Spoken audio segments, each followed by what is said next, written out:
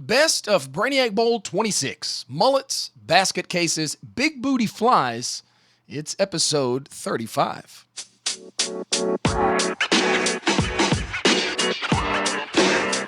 Oh, what's going on, guys? I'm John Boyce, the owner of Brainiac Trivia in Middle Tennessee. Brainiac Bowl 26 was just last week, and we crowned our new league champion, the Killer Queens.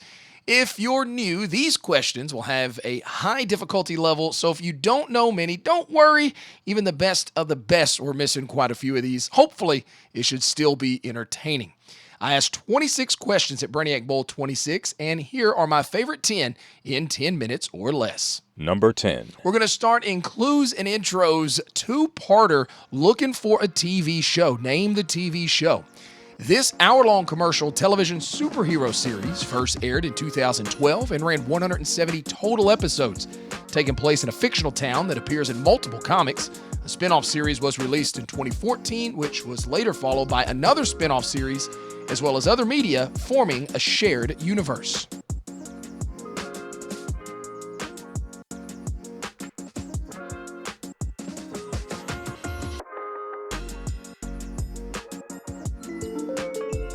All right, here is your theme song.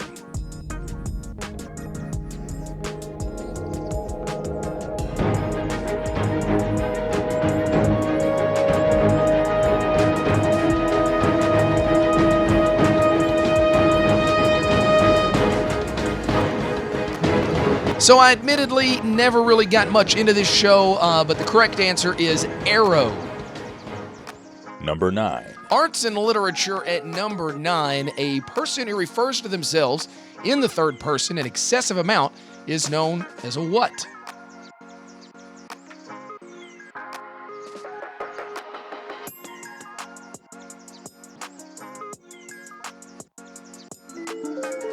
So many answers here are actually correct. I-list is the technical term. That's I-L-L-E-I-S-T, I-list. But also annoying, arrogant, punchable. Number 8. Number 8 will take us to multiple choice. Boy, this could be a really useful question if you ever make your way to Central Park in New York City. If you're ever lost in the 848-acre Central Park, you can find a set of 4 numbers that help you navigate. The first 2 numbers are the nearest cross street. The other 2 tell you whether you're closer to the east or west side. Where can you find these numbers? Park benches, lampposts, or sidewalk?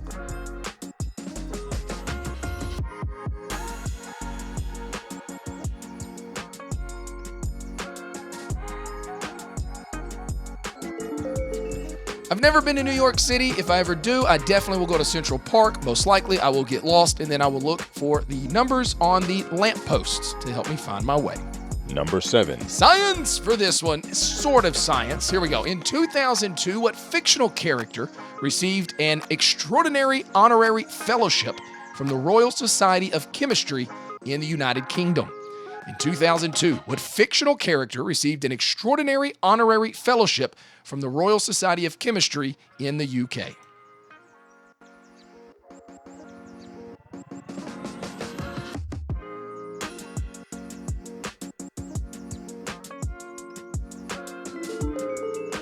So when you really kind of think about this one, it's not too surprising. Sherlock Holmes is the only fictional character to have an extraordinary honorary fellowship of the UK. Whatever in the world that means. Number 6. Oh, for this one, it's a mystery. History's our category. Today, let me go ahead and preface it. This one's a bit depressing and morbid. I've been told by my wife numerous times I have a lot of morbid questions, but I found it very interesting.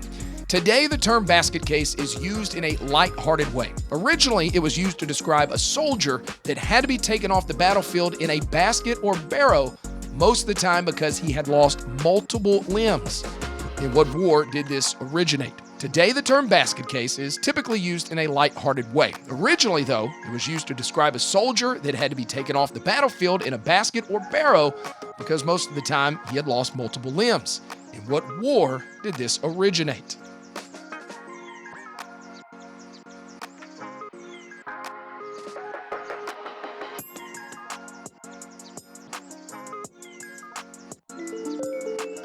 World War I is the correct answer. This is when weapons really started to evolve. Shrapnel became a thing, and bombs were blowing, and even if they didn't hit you directly, you were still losing legs and arms and things like that. Number 5. Into the top half, and we're going 50-50 on this one. Fact or crap? There is a species of horsefly that was named after singer Beyonce because it has a sizable curved rear.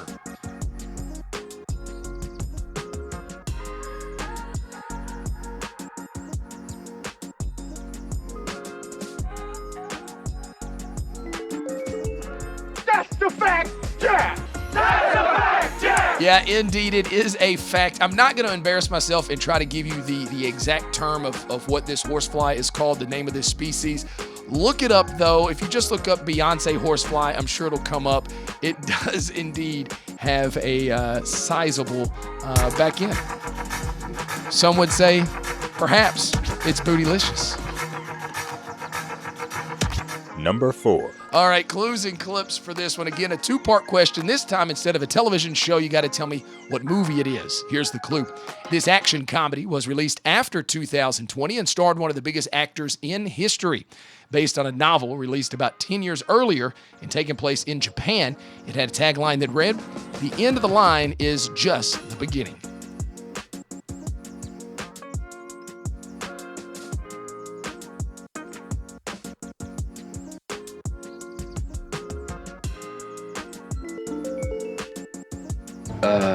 Mr. Death, if I may.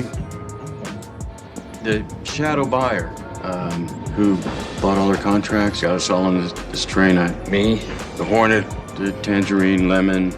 That was you, right? Yes. I brought you on this train hoping you'd kill each other. Okay. Well, if I could. Why? Oh, Bullet Train is the correct answer. If you didn't get a chance to see that in the theater, I'm sorry. It was a fantastic, fun movie to watch on the big screen. Number 3. Top 3. We're going multiple choice again. I love this question. When he was just 17 years old, what future mega star was interviewed on BBC as the founder of the Society for the Prevention of Cruelty to Long-Haired Men? Robert Plant, Mick Jagger, or David Bowie? When he was just 17 years old, what future megastar was interviewed on BBC as the founder of the Society for the Prevention of Cruelty to Long-Haired Men? Robert Plant, Mick Jagger, or David Bowie?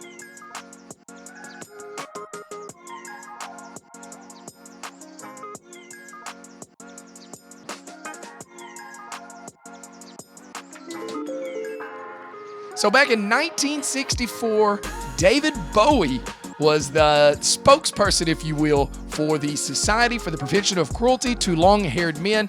Speaking from somebody that just recently cut off 12 inches of hair, more power to David Bowie. Number 2. Music, and we're somehow going to stay in the hair category. After the release of a 1994 song, what hip-hop group is credited with creating the word mullet in reference to the haircut? After the release of a 1994 song, what hip-hop group is credited with creating the word mullet in reference to the haircut?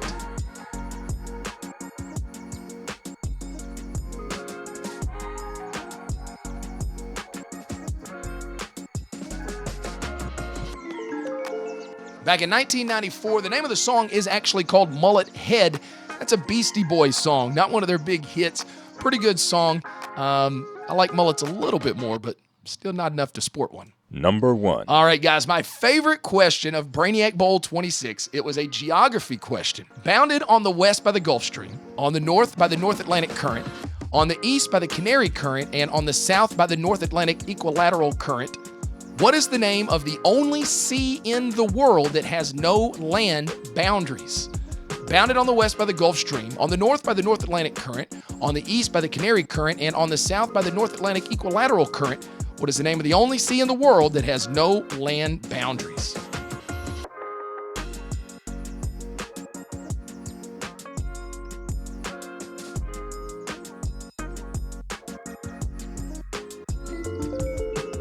So the only sea in the world that has no land boundaries is the Sargasso Sea. That's Sargasso, Sargasso Sea. I had to do an incredible amount of research on that one. I didn't know that that was even possible. Lots of research, lots of discussion before I put that one out there. And that was one of my favorite questions, was my favorite question of Brainiac Bowl 26. If you don't know what Brainiac Bowl is, guys, when you play in the league, which is always free, the top 3 teams will advance to play against each other every season, which is every 3 months, so basically 4 times a year, and they get to be crowned Brainiac Bowl champion. It's a difficult game, and it's not easy to get there, so if you're able to do it, it is really quite the accomplishment. So since it is difficult, I want to give the top 5 here on the podcast. Again, first place was the Killer Queens with 805 points. That is also a top 5 ever score. They had a really good game. Wish You Were Beer, who had won the last 4 consecutive bowls, finished second with 700 points. Coming in third was the Periodic Table Dancers with 670 points. Fourth place was Bet on Black with 650 points. And then our 5th place team was We Lost Our Man Card for 645 points. It was a really, really fun night. I really appreciate everybody coming out. Yeah, these questions are difficult for a reason, and those teams are really, really good at this, so they like the challenge. I'm John Boyce, and this has been the Brainiac Trivia Top 10 and 10.